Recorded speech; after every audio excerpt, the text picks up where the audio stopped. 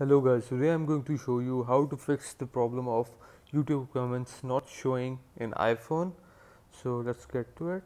First of all, make sure that your YouTube is updated to the latest version. Go to your app store and check if your YouTube is updated to the latest version.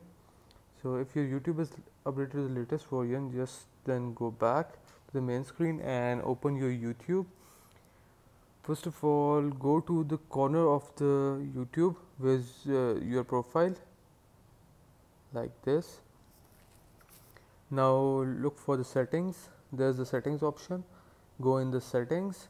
Now you have to look for the general option.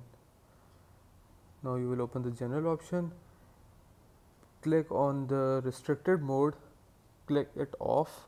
So now this will change your setting, and now the YouTube comments will appear again. There will be no restrictions. I hope you liked the video. Kindly like the video and subscribe the channel. Thank you.